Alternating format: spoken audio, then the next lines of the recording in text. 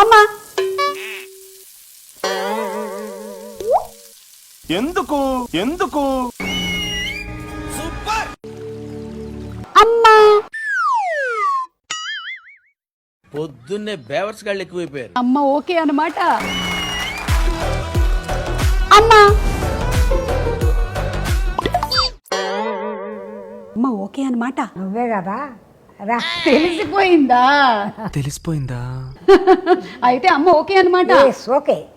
మా ఈఎన్టీలో hearing aid పెట్టుకున్న తర్వాత అమ్మ డబుల్ ఓకే.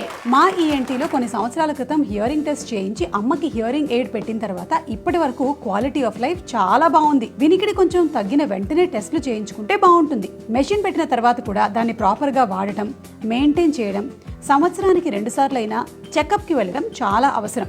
ఇది కంప్లీట్లీ వైర్లెస్ హియరింగ్ ఎయిడ్. మా వాళ్ళకి సరిగ్గా చెవులు వినిపించట్లేదు అని కూర్చోవడం కన్నా ఇలా హియరింగ్ టెస్ట్ చేయించి హియరింగ్ ఎయిడ్ పెట్టించడం చాలా అవసరం.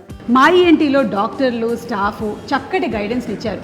దాంతో అమ్మ కూడా అందరితో సమానంగా వినేలాగా చేసి లైఫ్ని ఎంజాయ్ చేసేలాగా చేశారు. థ్యాంక్ యూ మా ఈఎన్టీ.